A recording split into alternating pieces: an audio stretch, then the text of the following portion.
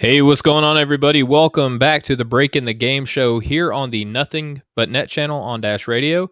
I'm Stephen Gillespie, and joining me as always is my buddy, Austin Carr. Austin, what's up, brother? Hey, what's going on, Steven? It's a nice, Sunday afternoon, evening. Had a good week. Just been hanging out at the house. Can't talk, I guess. Hanging out at the house with the family is what I meant to say. There you go. How's your weekend been going? Good, man. How do you feel losing an hour of sleep? Does that make you feel good, or? No, not really. It actually kind of messed up my schedule quite a bit, to be honest. I was pretty sleepy all day today, but at least I had the day off, so it wasn't too bad. Oh, there you go, man. I'm sorry that the hour of sleep didn't really do it for you, but life goes on as it always does. Yes, it does. Right on. So, all right. Well, before we get going today, we have a new sponsor on the show, and I just want to do our due diligence here. This is the first time I'm reading an ad. So, for everyone who is listening, watching, please bear with me. I promise I'm going to get better at this. So, just want to remind everybody that support for Breaking the Game is brought to you by Manscaped, who is the best in men's below the belt grooming. Manscaped offers precision engineered tools for your family jewels. They obsess over their technology developments to provide you the best tools for your grooming experience. Manscaped is trusted by over 2 million men worldwide. We have an exclusive offer for our listeners, 20% off, plus free shipping and handling with the code BTG. That's B as in Bravo, T as in Tango, G as in Golf, at manscaped.com. Austin, how good does that feel that we got to do our first ad read on the show? Well, I told you before we came on, I've kind of always was like a weird little dream of mine to have our own code for one of these, websites like that or sponsors. So it feels pretty awesome. And, 20% off is a pretty great deal. I'm probably going to head over to their website when we get done here and check it out for sure. Oh, yeah. And don't worry, you did a great job. Oh, I appreciate it. I tried to put on really hard there. I don't know if it came through or not. So you did great. Oh, well, I appreciate that. Well, Austin, we have a fun show lined up for, you, myself, and for our listeners here at the Breaking the Game show on the Nothing But Net channel on Dash Radio. We're going to go over MVP implications now that Joel Embiid has sustained an injury. We're going to go over teams and players mutually agreeing to part ways and kind of the dynamic that goes along with that and how we feel about it. And then we're going to wrap things up with who's available in the trade market that we know of right now. So, Austin, without further ado, let's get into our MVP discussion. How does that sound? Sounds good to me. I think that everybody knows that's an NBA fan of any kind. Joel Embiid got hurt, on March 12th, just a couple days ago. I was actually watching the game. I got home just in time to catch like 2 minutes before he sustained that injury. And when I first saw it, I was pretty worried that it could have been a lot worse. It looked pretty bad at first, but luckily it's just an MRI. Showed that it's a bone bruise on his knee. He's going to be out 2 to 3 weeks. But I think you and I both agree it's going to have a lot to say about who possibly takes home the MVP this year. Yeah, I wholeheartedly agree with that because we were discussing, actually, it was myself and Mo on our last show that you had to miss for. Mo, by the way, did a phenomenal job filling in for you. He didn't quite get the full Austin experience down. I told him he had big shoes to fill.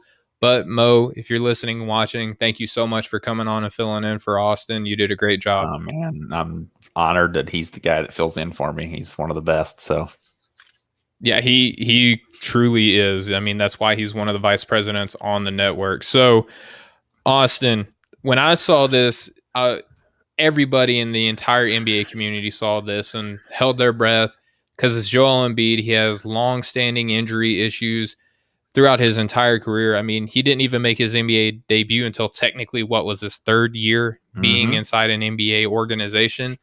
And, that was a traumatic experience for him.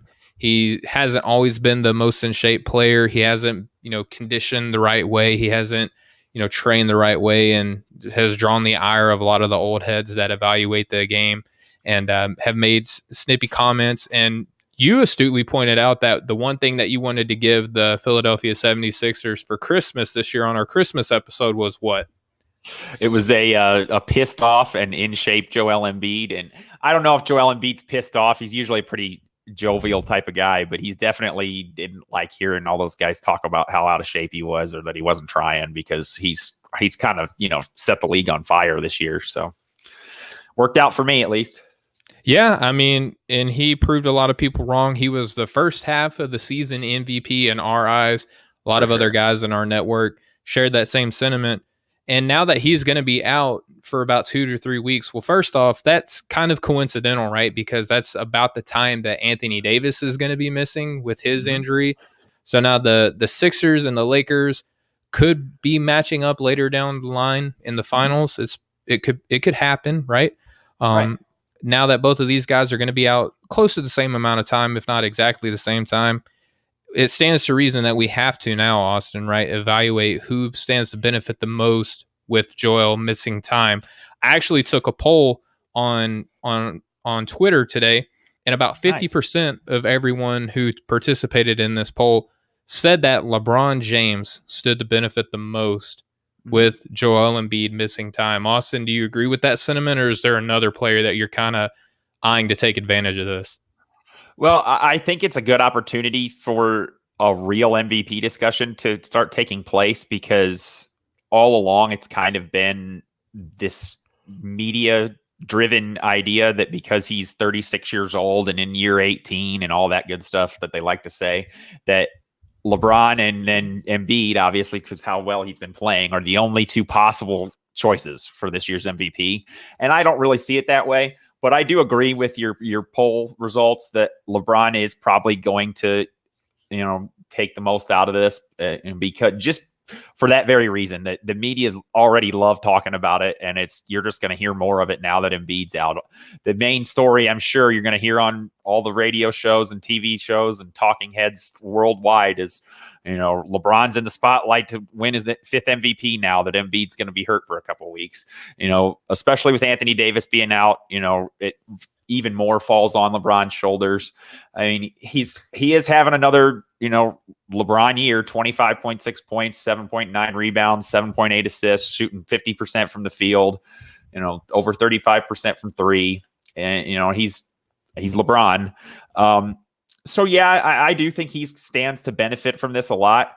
But another guy that I like, and that I know you and I have talked about why he doesn't get more, talk, is Giannis Antetokounmpo. I do think he deserves to have a little more shine and a little more coverage for the season that he's having. Like, he's a 2-time reigning MVP, and he's gotten better in quite a few categories this year, where I, for one, thought with Jrue Holiday coming in and their, decision to kind of tweak the way they play and maybe take the ball out of his hands some, where it's going to, hurt his numbers to a certain extent. But honestly, he's been more efficient. He's scored just as many points. He's grabbed just about as many rebounds. His rebounding numbers are a little bit down from last year, but he was the defensive player of the year last year. And you could argue that he's been better defensively this year. And I just, we joked about it that you're not allowed to talk about anybody but LeBron and Embiid for MVP. And so I kind of like the fact that this is going to force some people to take a look at some other players. Yeah, I like that sentiment as well. I think that, for one, LeBron James being second on my ladder, it almost by default has to go towards him with that sentiment, right? But ultimately, I think that there's another player that could stand to benefit even more. And I believe that player to be one James Harden. Now, here's why. It's not that I think right now he is above LeBron James and on my MVP ladder, although he very well could be. I think that this race could, a matter of a couple games could really change the standings. I think that you would kind of agree with that sentiment, Austin. Definitely, but for sure. With that being said, I wholeheartedly think that James Harden being in that Eastern Conference without the presence of Joel Embiid, I think that spotlight could fall a little bit more on him, especially with the Nets being that number one seed in the Eastern Conference. A lot of people's attention are kind of shifting towards them a little bit more now. I don't think that their defense or lack thereof rather is as big or prevalent a story now as it was early on. And with that being the case, you can kind of start focusing a little bit more on what they're good at, right? They added Blake Griffin. I don't anticipate Blake Griffin, as we talked about, taking any shine away from James Harden. If anything, that's just going to be one more person to accept a pretty pass from him, right? So for sure, with the Nets looking to start building a little bit more cohesion on their team, because I believe the big three that they have only played 7 games together, right? 7 games, yeah. So they've only played about 7 games together. They're going to start looking a little bit more like they should moving forward. And with that being the case, I think that James Harden does stand to gain the most because of the conference that Joel Embiid played in. How do you feel about that? That's a good point. That I guess not for sure proven MVP, front runner, I guess, was in the Eastern Conference and he's hurt. So, having him out of the way, there's definitely an opening for somebody else to kind of step into that. And you could make a case that since he's been traded, James Harden's been one of, if not the best player in the NBA since he came over from Houston. And it almost makes me even more frustrated to see how well he has morphed into what he's been for the Nets, just because everybody was so sure that he was always going to be stuck in his ways, this ball dominant, dribble it 1,000 times and shoot 43s, and everybody else is going to stand around. And I guess it took Kyrie Irving telling him that he's going to be the point guard for him to make that change. I don't think that makes any sense, but right. Yeah. I know you're kind of tongue in cheek saying that. Yeah, for sure. But it goes to show you like it makes what he did in Houston even more frustrating for me, because now he's being like one of the best teammates you could ask for. He's doing exactly what the team needs. He's shown that he's elite in every way in the NBA. He's not just a one-on-one scorer. He's leading the league in assists. Him and Kyrie are just like in such sync right now. The only worry I have is what's going to happen to that when KD comes back, because they've played so little together. And it's not so much like an ego thing. It's just more of where does everybody fit when you have obviously the number one guy coming back, because Kyrie loves it when he can, take 20, 25 shots a night. And do they keep going that way? And maybe KD says, okay, Kyrie's going to kind of take the reins here just because it's working. And Durant doesn't strike me as the type of guy that would be, that overly worried about his own numbers. But then again, everybody in the NBA really is. So who knows? I just think this Joel Embiid injury is really going to kind of shape the rest of the Eastern Conference in terms of the playoff standings, because Philadelphia goes from number 1 seed in the East with Embiid on the court to maybe barely a playoff team without him. Like his on-off numbers are just ridiculous, and they have been for several years. The team scores 12.7 points per 100 possessions more when he's on the court than when he's off. That's pretty significant. And they give up 4.2 more when he's off the court. So that's his net rating, their net rating with Embiid is plus 16.8. So they're 17 points per game better with Joel Embiid. There was a point in the season, I'm not 100% sure if it's still true, where he'd missed like 4 or 5 games and they hadn't won a single one of them. And, Brooklyn's kind of taken off right now, and I don't think KD coming back is going to hurt them.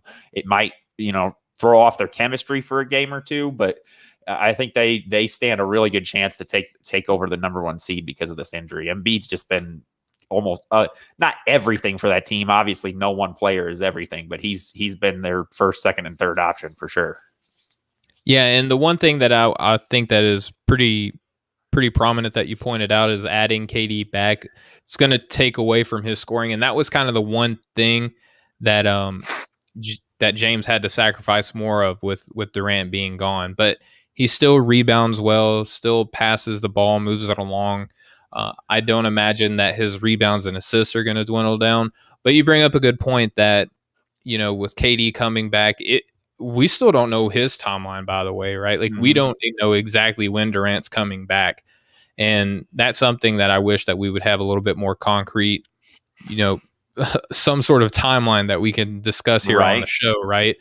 It makes it really hard to look at a James Harden and say that he does stand to benefit the most. But with the way things are now, I don't imagine that Steve Nash is going to look at KD coming back and say, what we really need to do right now is take the ball out of James Harden's hands. I don't think that that's going to be the case. If anything, his scoring might dwindle down a little bit. He's giving you about 25 points a game right now, but his 8 rebounds and 11 assists, I can see those being pretty consistent because KD is one of those guys to where he's just as dangerous without the ball in his hand as he is. I was just going to say that. I was just going to say that, Steven. I think the idea of Kyrie and KD kind of being like off the ball spot up shooters for James Harden to find is just like lethal. That's like a dream come true for him, I'm sure. I just imagine seeing a 7-foot absolute knockdown shooter on the wing anytime you need to pass it to him. Like, I just think if they go about it the right way and they don't try to, change too much up, they're going to be extremely, extremely hard to beat. Yeah, no doubt about it. And then, we mentioned a guy like Kawhi Leonard. We didn't really talk about him a lot, but in that Western Conference with AD still missing a couple weeks, and now in the Eastern Conference with Embiid out, I think that he does stand to gain a little bit of ground in the MVP running, but the Clippers have a little bit more to figure out, I think, than a James Harden on the Nets. Honest, it's one of those things to where it feels like it's almost taboo to be able to say that we can mention him in an MVP race because he had been in that position the last 2 seasons and won Defensive Player of the Year. And it's just funny because now that he's this god-awful 3rd place in the Eastern Conference right now, right? But he's having a better individual season this year than he did last year. He's more efficient. He's taking better care of the ball. He's fouling less. He's playing better defense. And he's passing the ball just as good, if not better, than last year because his team fell 2 places in the standings from the last 2 seasons. We can't talk about him as an MVP. But another guy that I think is worth mentioning now in the West is a guy by the name of Damian Lillard. I think that he's been getting a little bit of notoriety and recognition, but I think that he could stand to benefit a little bit more with Joel being out as well. For sure. And that's kind of what I meant when I touched on the idea that we're going to be able to have like a legitimate MVP discussion because it's not just going to be LeBron and Embiid. And ultimately, those are probably, the top 2 guys. I mean, they're there for a reason, or Harden's up there too. But it's nice to, at least hash out the reasons why some people think this guy should be MVP or this guy, or at least give them some notoriety, because where would Portland be without Damian Lillard right now? Yeah. They're hurt every game, every year since the beginning of time. It seems like they have the longest injury list of any team I can think of. Their guys are always out, and Lillard's always the one kind of, carrying that team year in and year out. And, I picked Steph Curry as my MVP choice preseason, but I gotta admit, I think we're at a point now where we can put him and Damian Lillard pretty much in the same level. Just obviously, Curry's got the MVPs and the titles, so that's going to put him ahead. But in terms of a deep 3-point shooter scoring threat from anywhere on that half, once he passes half court, there's really no comparison to those 2 guys. They're you have to guard their entire team so much different just because they're on the court, because they can literally hurt you from anywhere past that half court line. So, Damian Lillard definitely deserves a lot of credit for what he's done with Portland. It's just one of those things where, he could average 35 points a game. And if they're, towards the bottom half of the Western Conference playoffs, he's probably not going to get a whole lot of votes for it, but he definitely deserves to be talked about for sure. And I think if Kawhi Leonard was on any other team except the Clippers, and it was, playoffs or bust for the Clippers this year, that he'd be getting a lot more. He'd be getting talked about a lot more because, he's having a better year than he ever had in San Antonio, and people were talking about him a lot more then than they are now. And I don't really understand that because LA is a huge market. Obviously the Lakers are first in that town, but you'd think there'd be a little bit more noise about how good the Clippers have been this season, how good Paul George has been, and the absolutely phenomenal year that Kawhi's been having. Yeah, absolutely. And you talked about how Damian Lillard and Steph Curry can hurt you from a lot of different directions. What won't hurt you in a lot of different directions is Manscaped. Manscaped hooked me up and a bunch of the other guys from the Off the Ball Network with a bunch of tools and formulations from their Perfect Package 3.0 kit, right? They have created the best ball hair trimmer ever, the Lawnmower 3.0. The third generation trimmer features cutting edge technology, ceramic blade to reduce grooming accidents thanks to their advanced skin safe technology. I now feel confident in shaving my boys. In addition, this trimmer comes with an LED light for a more precise shave, and it is waterproof, which makes your shower shave clean and easy. You don't have to use the same trimmer you use on your face as your balls, Austin. That's just nasty, right? The Yeah, it is. Lawnmower 3.0 comes inside their brand new Perfect Package 3.0, and it gives you everything that you need to keep trim, cut free, smelling nice down there. The Manscaped Perfect Package 3.0 also includes a crop preserver, which is an anti-chafing ball deodorant and moisturizer. You already have to put deodorant on your armpits. Why are you not putting deodorant on the smelliest part of your body? And yes, your balls stink. Speaking of sweaty and stinky balls, I'm thankful for their Crop Reviver. This product, also along with the preserver, keeps your balls from sweating, smelling, and sticking. Manscaped threw in 2 free gifts in their perfect package: a pair of high-performant Manscaped boxer briefs that'll keep your junk feeling fresh all day, and a travel shed bag to store all of your grooming goodies. Trim that junk of yours, excuse me. Get 20% off plus free shipping with the code BTG at manscaped.com. Your balls will thank you. Austin, what's up with Manscaped, man? It sounds like they got everything you need, dude. I don't know. I never really thought about the whole the deodorant thing. I mean, it makes sense though. I like that. I wish I would have known about that sooner, because I think every guy could use that. Nobody wants to smell bad, right? You threw so much fire info out there that my internet cut out there for a second. So you're doing something right. Okay. Well, if you didn't hear me, the biggest thing is go to manscaped.com, enter BTG, which is our promo code exclusively for Breaking the Game, and you can get a free 20% off of your next order at manscaped.com. All right, Austin. That lawnmower. There you go. So now that we mutually agree that Manscaped is the best way to go, what about the teams and the players in the NBA mutually agreeing to part ways? What is kind of your overall take on this? It's kind of a case-by-case basis, but really I don't like it at all. Honestly, some of the things that I've been hearing, it rubs me the wrong way. I feel like, are these guys like that say they are trying to avoid injury and, until they get traded to a contender? For one, why is every aging, good role player all of a sudden entitled to just decide he's going to play for a contender or he's not going to play? I don't like that. They're under contract. I feel like they should play under their contract. And I mean, how many of these guys have we ever heard of getting hurt right before they go on the trading block? It's not a very common occurrence. I mean, anybody can get hurt any time, but you can get hurt in your bathroom, getting cleaned up. You can fall down your stairs at home and hurt yourself. I think a golfer did that a couple of years ago and hurt himself pretty bad.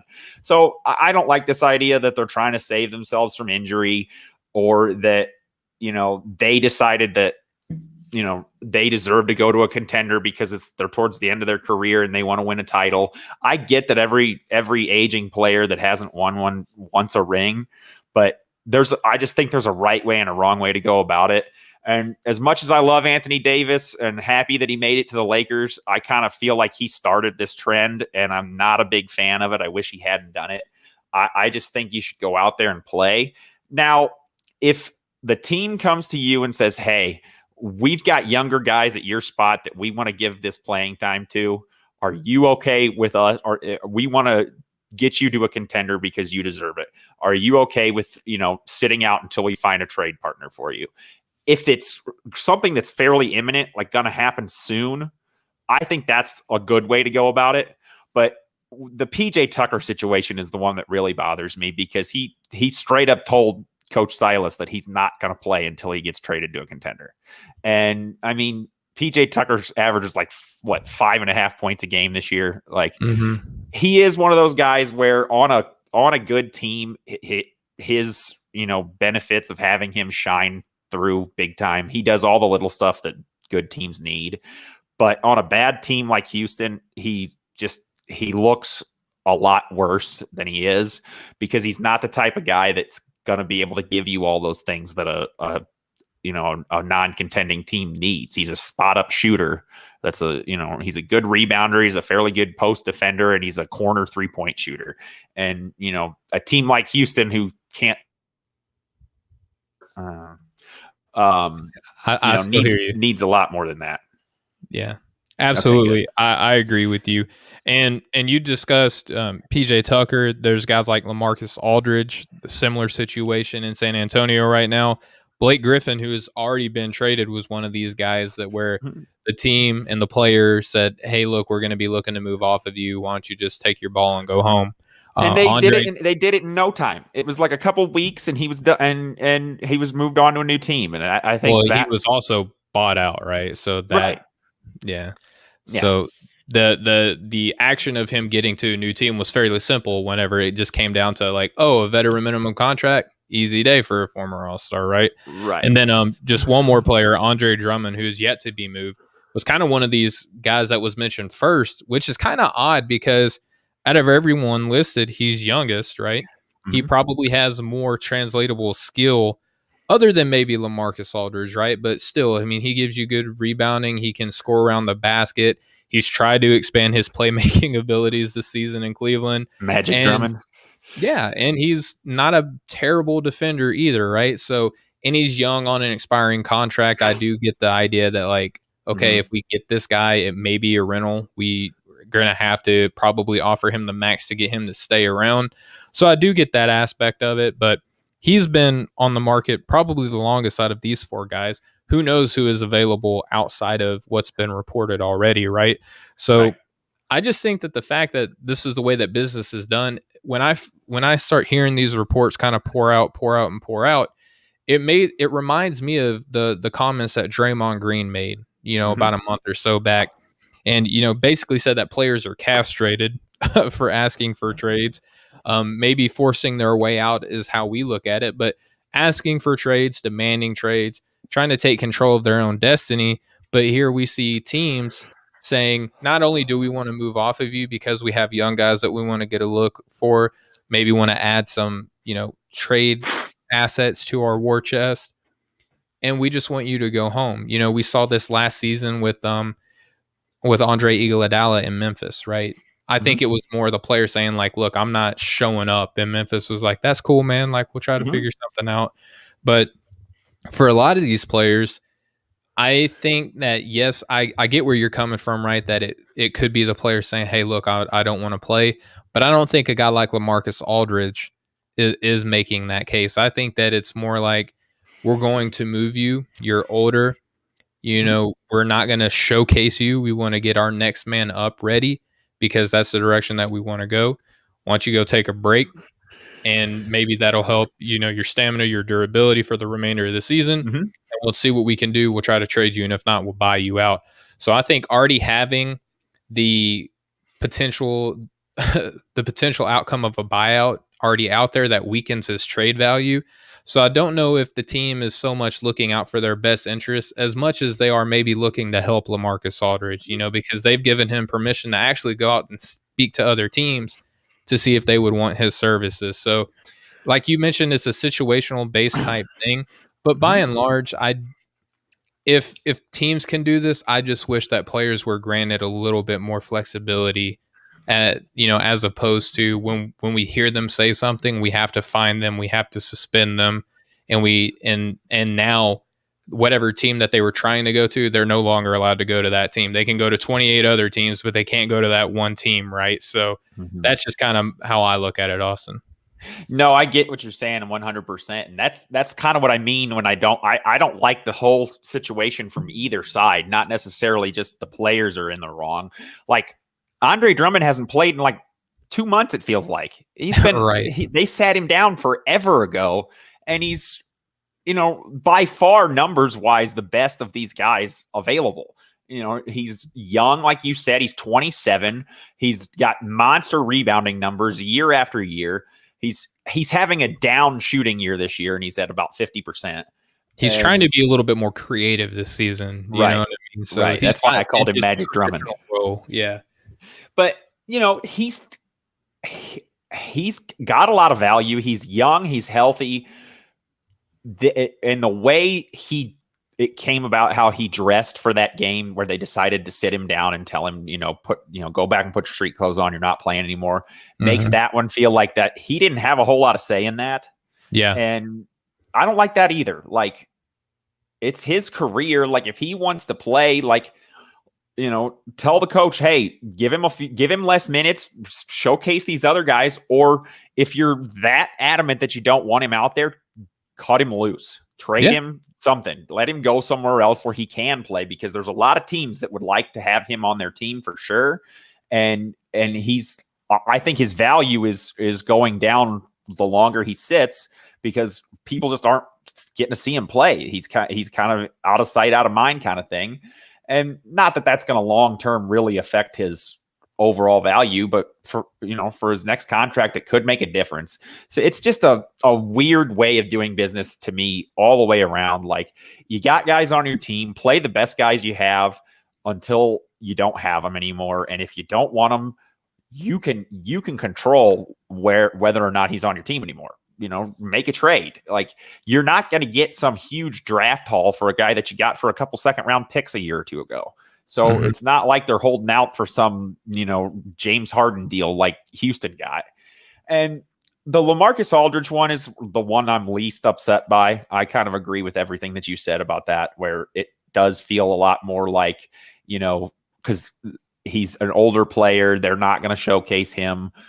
They don't really need to get rid of him. They're a playoff team right now. But that kind of also makes me wonder, looking at his numbers are fairly down from where they've been for his career. Maybe Popovich just sees the writing on the wall that, his time as an effective NBA player might be coming to an end here pretty soon. I don't think if he was going to be a real super productive part of a team that's going to be in the playoffs or is pushing for the playoffs, if he was going to be a big part of that, then I don't think they'd be doing this by any means, because the whole idea is he wants to go to a contender. Well, they're like 4th or 5th in the West, for a team that nobody thought was going to be in the playoffs. I think this was more of a situation where, like, hey, we've got our young core of guys. Obviously your future's not here. Your time in the league is probably coming to an end fairly soon in the next year or two. Why don't we figure out a situation where you can go to a team that's got a better role for you and you do have more of a chance to win? So I like the way that one kind of came about, because it does kind of feel like it's going to benefit both parties the most. Whereas I don't think Drummond is getting a whole lot of benefit from sitting out this long. And I really don't like the way PJ Tucker went about doing that. Yeah, well, PJ Tucker, remember, he was a part of that whole starting 5 that came out and said, we're unhappy with the way business has been done here now that you guys have changed the people who were in charge of making those business decisions, right? So maybe they were trying to let him write it out and see how it would work with a guy by the name of John Wall and Christian Wood being injured and being, it looks like, largely responsible for their, 14, 15 game losing streak. Yeah. They've lost as many games as he's missed. So, I would love to see what they could do if they were actually healthy, man. They have quite a few interesting pieces I'd like to see out there together, but they hardly can get a guy out on the court, it seems like. Yeah, and, friend of the show, Zach Raymond, we've had him on before. He does great work. Yep, on Off the Glass podcast. He said initially they weren't on the same page, that being the Cavs and Drummond, but a writer that covers them says that they're on the same page, and he also gave us a nice pat on the back saying great stuff as always. Zach, appreciate you with your kind words. We got to have you on the show again sometime down the road, brother. But again, it's case by case basis. I'm not upset at PJ Tucker now all of a sudden just because what happened earlier in the season was made known. So I see where you're coming from, though. Him saying, like, look, I gave you guys a couple months. Everyone else, it looks like, is benefiting from, saying they're paying him $8 million a year, dude. Like, he's making $8 million so he can go out there and play, 20 minutes a night. He doesn't have to play. He doesn't have to start and play 35 minutes a night. But you could also say that $8 million is highly low considering the amount of responsibility that he had on that team. Like, he was getting underpaid for playing center at 6'4", 6'5", and being a lockdown defender. For So sure. yeah, and Zach gave us this thumbs up. So maybe we'll holler at him here soon after the show. For But sure. yeah, I'm not mad at Tucker, not mad at Aldridge. Blake, the situation's already done.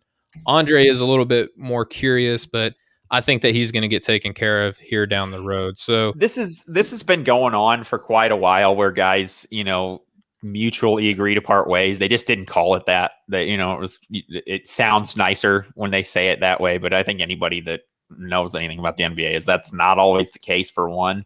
And it just seems like this year it started like a couple weeks into the season. They were already like, who's going to get bought out? Let's buy them out. Like, It's just dragging on throughout the whole year. Usually this heats up like the last couple of weeks before the trade deadline. Well, speaking of that, we only do have a little less than 2 weeks now before the trade deadline with the new calendar year, the shortened season, and all of that.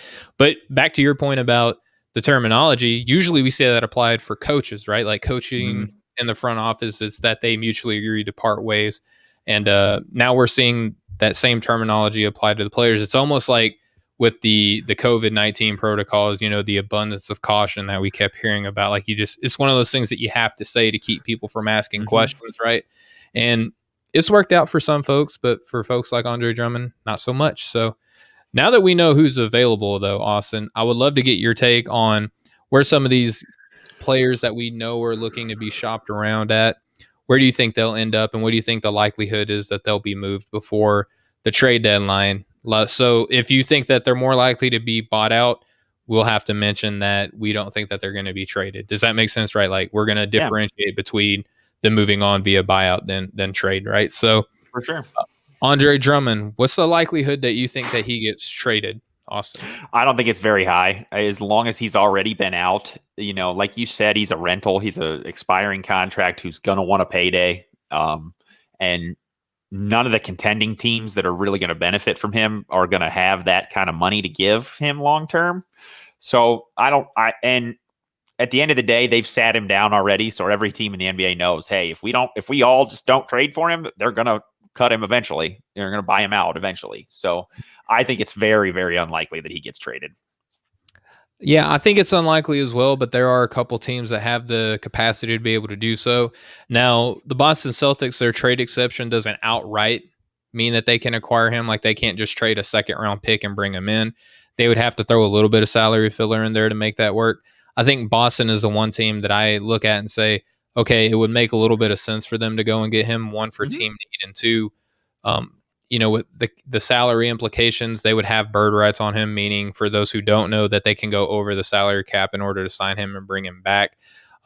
He would be one player that I could see them doing that with. There are rumors that Jeremy Grant may be traded to Boston, which I would absolutely love. That'd be awesome. Harrison Barnes is another player. I heard a lot about Harrison Barnes. Not as excited about him because of his diminishing role in Sacramento. There would be a little bit of like you kind of hope for the best with him. Jeremy Grant, I think, would be just simply plug and play in Boston. But Andre Drummond would fit. Sacramento seems like a place where basketball kind of goes to die. It could be pretty hard to continually put up good effort and good numbers for a franchise that's been as down as they have. I mean, I think they're way up though with the way that they've drafted lately.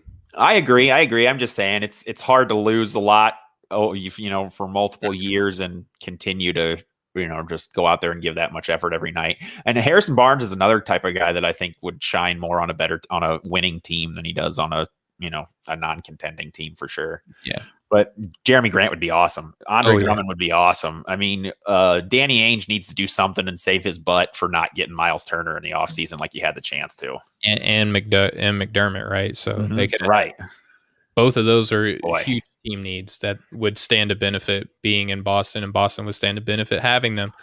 Oh, but hey, we've got the number one rim protector in the league is available, and we want to trade him to you, but you had to get Oladipo too. Okay. Well, no, I think they wanted Warren, which and asking for Warren, but he hasn't played this season, so probably good that they didn't get him, right? So, yeah, I mean, we'll see what happens down the road. But so you're scratching off Andre Drummond being traded as far as likelihood. So Yes. buyout, where do you think he goes? Ultimately think he's going to end up with the Lakers. I really do. I just don't see there being a whole lot of room for anybody else with the Nets, and it kind of seems like an arms race between those two teams. I don't think Philadelphia is going to be a huge player in buyout market. Maybe now with Embiid being out, they might go after somebody, but I don't know if Drummond is the right guy for them.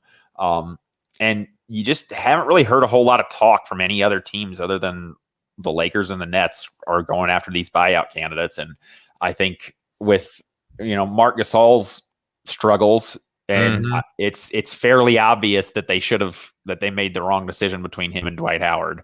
And, they have zero athleticism up front without Anthony Davis. So just think about the defensive lineup they could put out there once Davis comes back, if they could, because he can step out and defend on the perimeter well enough for a period of time that they could have him and Drummond both in there, and boy, that'd be fun to watch.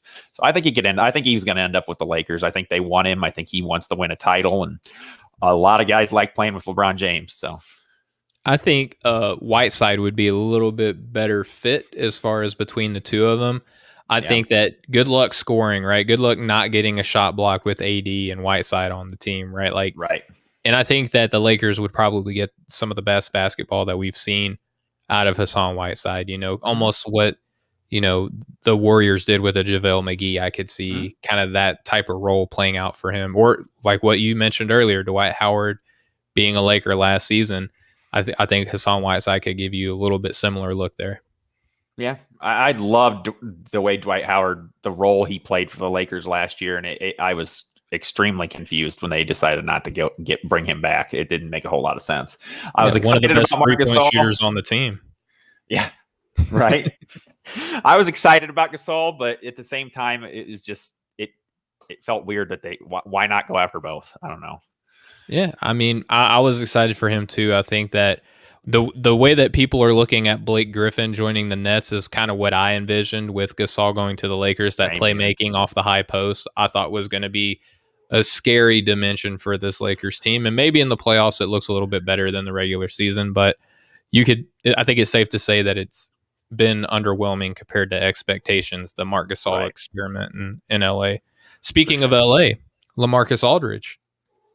Where do you think is he get traded, or do you think he gets bought out too? I think he gets bought out too. I think he's like the prototypical buyout candidate. He's older. He's never won a title. He's a guy that you can count on to be a professional, to fill whatever role he needs to fill. And he's still a guy that at any given day can go out there and really, really fill it up for a team. So I think this is the perfect guy for the Boston Celtics, personally. I think he'd be great for them. He would fit their offense so well. He's big in the middle. He's not exactly a shot blocking, superstar in that sense, but he's every bit as much of a rim protector as they have now, and then some. So they can't seem to find an actual big guy that can really fill their needs. And I think they need to, try something. And I think LaMarcus Aldridge would be perfect playing alongside of, Tatum and Brown and Marcus Smart. I think that'd be a pretty good group. I think so too. His ability to shoot the deep ball, the mid-range game, low post. He's a 3-level scorer for a big. That's highly valuable. The defense scares me a little bit. He's not as good of a playmaker as what Al Horford, I think, was when they acquired him. But I think that he can give you somewhat of what Horford gave this team as far as running some action off that high post and making their offense a little less predictable, right? So yeah, LaMarcus Aldridge gets bought out. You think Boston is a good candidate. I agree with that as well. I think Golden State would actually be another place too, that if he gets bought out, I think a fit between LA and Golden State. And then there's always a possibility that he goes back to his first love, and that'd be Portland, right? Because of that'd be cool that they've sustained. Do you think that would be a good fit? I do. I think LaMarcus Aldridge is the type of guy that can really, with his skill set, benefit just about any team and kind of fit really anywhere. It's just, if he gets bought out, what's more important? Playing somewhere where you want to get a little bit more notoriety and a little bit more, your stats a little better and have more fun maybe, or worry most about winning a title. I think that's going to kind of shape where he ends up. Yeah, I wholeheartedly agree with that sentiment too. So next guy I have on here, he hasn't been in trade rumors as of late, but it seems like for the last 2 or 3 seasons of his career that Victor Oladipo has been rumored to go, almost everywhere in the NBA. So do you think that Victor Oladipo gets traded? Now he was offered a 2-year extension by the Rockets. It's kind of like almost like an obligation type thing. Turned it down. Looks like he wants to test the free agent market. Believes that he is a max contract player. Do you think that he is traded, or do you think that he just walks at the end of the season? I don't know. I could see Houston holding on to him for whatever reason. I don't know why they would. I think it's very obvious that Oladipo's not going to re-sign with Houston. I don't think he's in a position in his career where he wants to be a highly paid guy on a rebuilding team. And I don't know that Houston would even really give him the amount of money that he thinks he's worth. And I personally, I don't know about you, I don't think he's worth the money that he thinks he's worth. I think it's one of these situations where, at one time before his quad injury, yes, he was on his way to a max contract.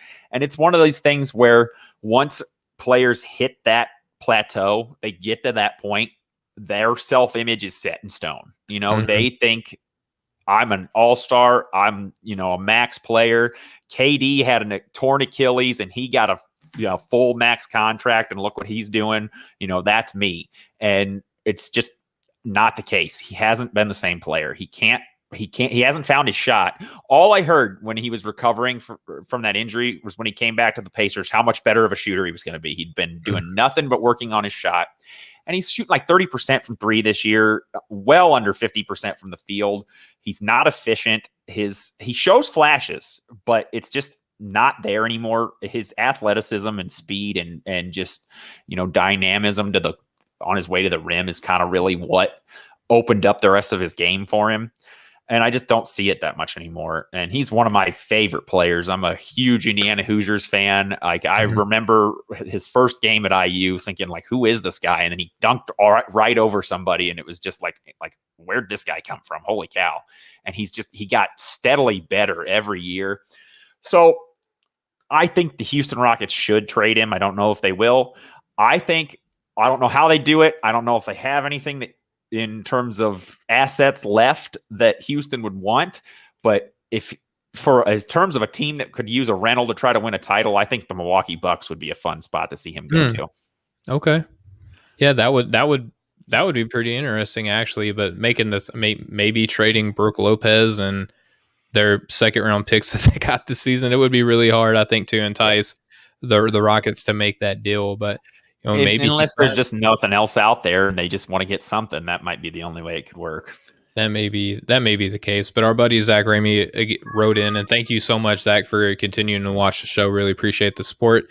He's basically said the same thing that we were talking about back with LaMarcus Aldridge potentially going back to Portland. I think that's a pretty popular sentiment because he has only been with these kind of smaller market teams, and maybe that's what he's comfortable with. And so, Austin, we talked about PJ Tucker earlier. Just we're kind of up against it right now. So do you think that he gets traded? I think he's kind of forced Houston's hand. I think they don't want to look bad at the end of this and keep a guy who doesn't want to be there, who I think a lot of people around the league believe deserves to get traded to a team where he has a chance to win something.